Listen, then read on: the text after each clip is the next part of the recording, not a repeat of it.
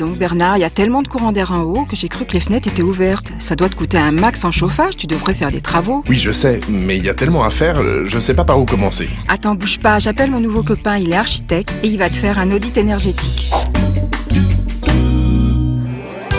Avant de réaliser des travaux dans son logement, il est recommandé de faire un audit énergétique. Cette étude permet de définir les travaux à effectuer en priorité pour améliorer le bilan énergétique et le confort de son habitation. Chaque logement a sa spécificité.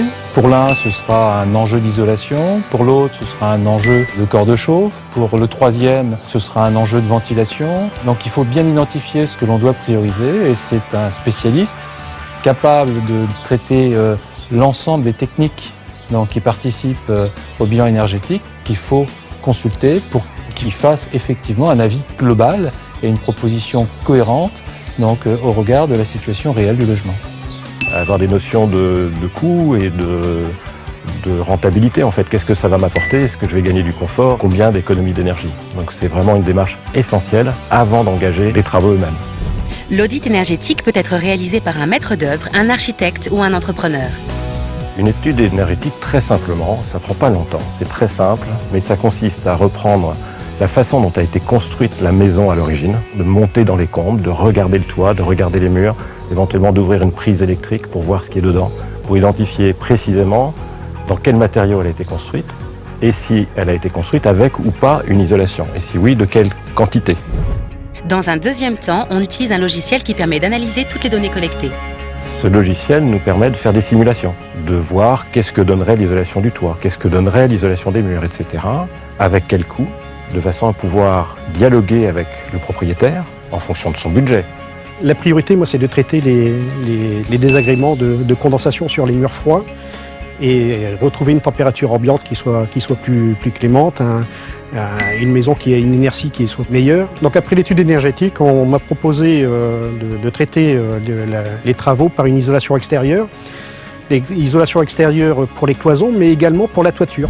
Avoir une approche globale des travaux permet d'éviter certaines erreurs. L'erreur classique à éviter, c'est de se précipiter et de faire tout de suite, par exemple, le remplacement de ses fenêtres.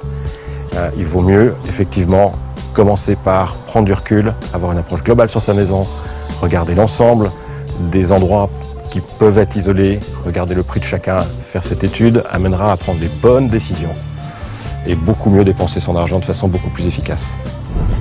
Les travaux ne sont pas encore terminés, mais les effets positifs se font déjà sentir.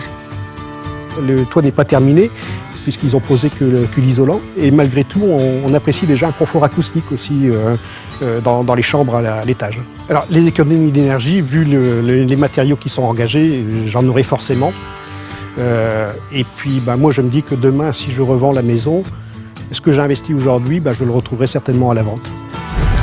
Les travaux réalisés suite à un audit énergétique permettent de gagner sur 3 points.